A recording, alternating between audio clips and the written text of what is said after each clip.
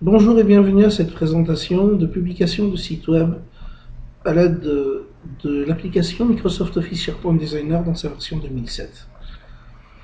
Alors pour les besoins de notre présentation, nous avons au préalable créé un site web que nous allons ouvrir pour les besoins de l'exercice. Donc voici les éléments de ce site web.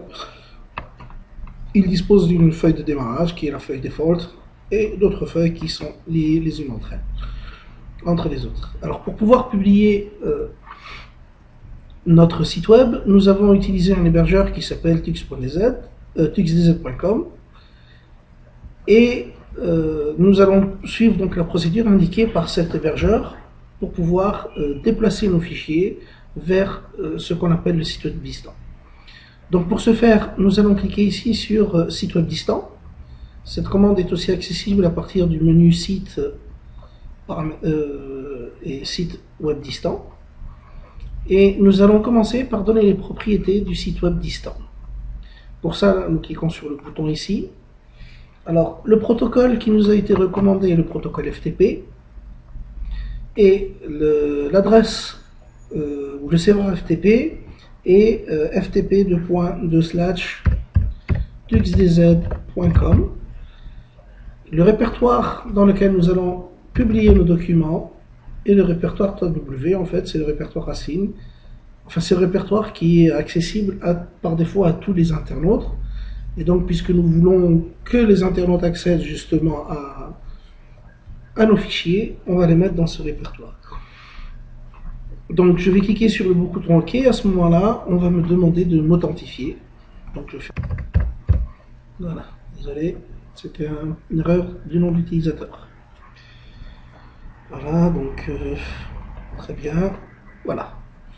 Donc nous sommes connectés maintenant au site web distant, donc ftp://tuxdz.com/3w.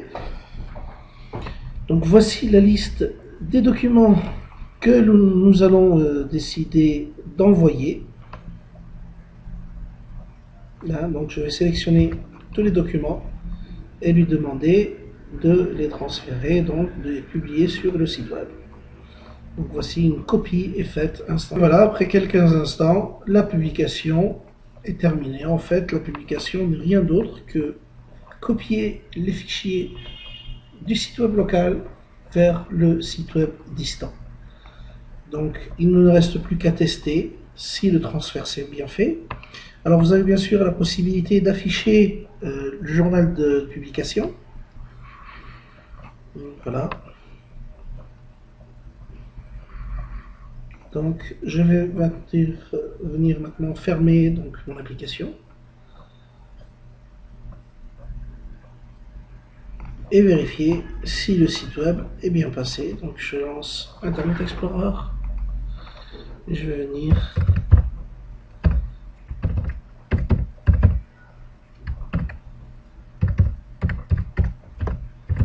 voilà.